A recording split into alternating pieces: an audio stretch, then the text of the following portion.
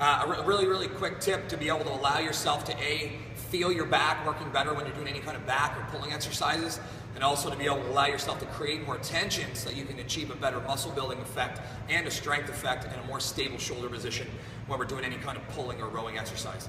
So just as a quick overview, we want to see the arm at approximately around 45 degrees when we're doing a row. Whether or not you're doing a wide grip row, whether you're doing a ring row, whether you're doing a seated cable row or a one-arm DV row, doesn't really matter what the rowing mechanic is or movement is.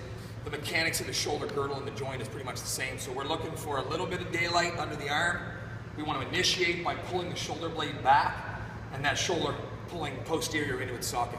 So a really nice way to be able to remove a problem that we see a lot, which if I show you a row, if I give myself a basic horizontal pull here, the first rep is going to look very similar to the second rep.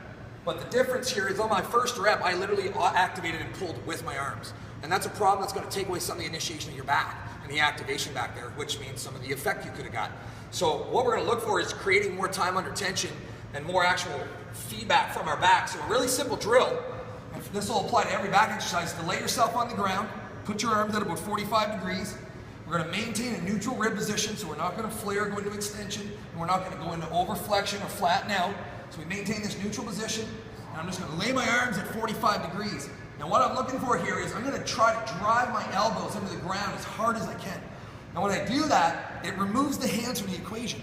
And it's an instant way of teaching yourself how to feel your back kicking in. You'll feel your shoulder blades pull together, your rhomboids, your mid and lower traps, and you'll feel your lats light right up. It's impossible not to.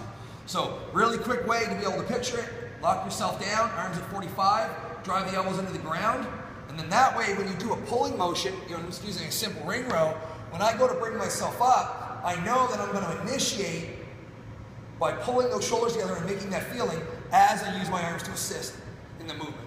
So by doing so, not only do we maintain a proper shoulder position and a safe shoulder position, we also make sure that we're using our back, engaging those muscles, getting more time under tension, which is going to benefit us from both a strength and a mass development standpoint. So quick tip, and should be used almost immediately.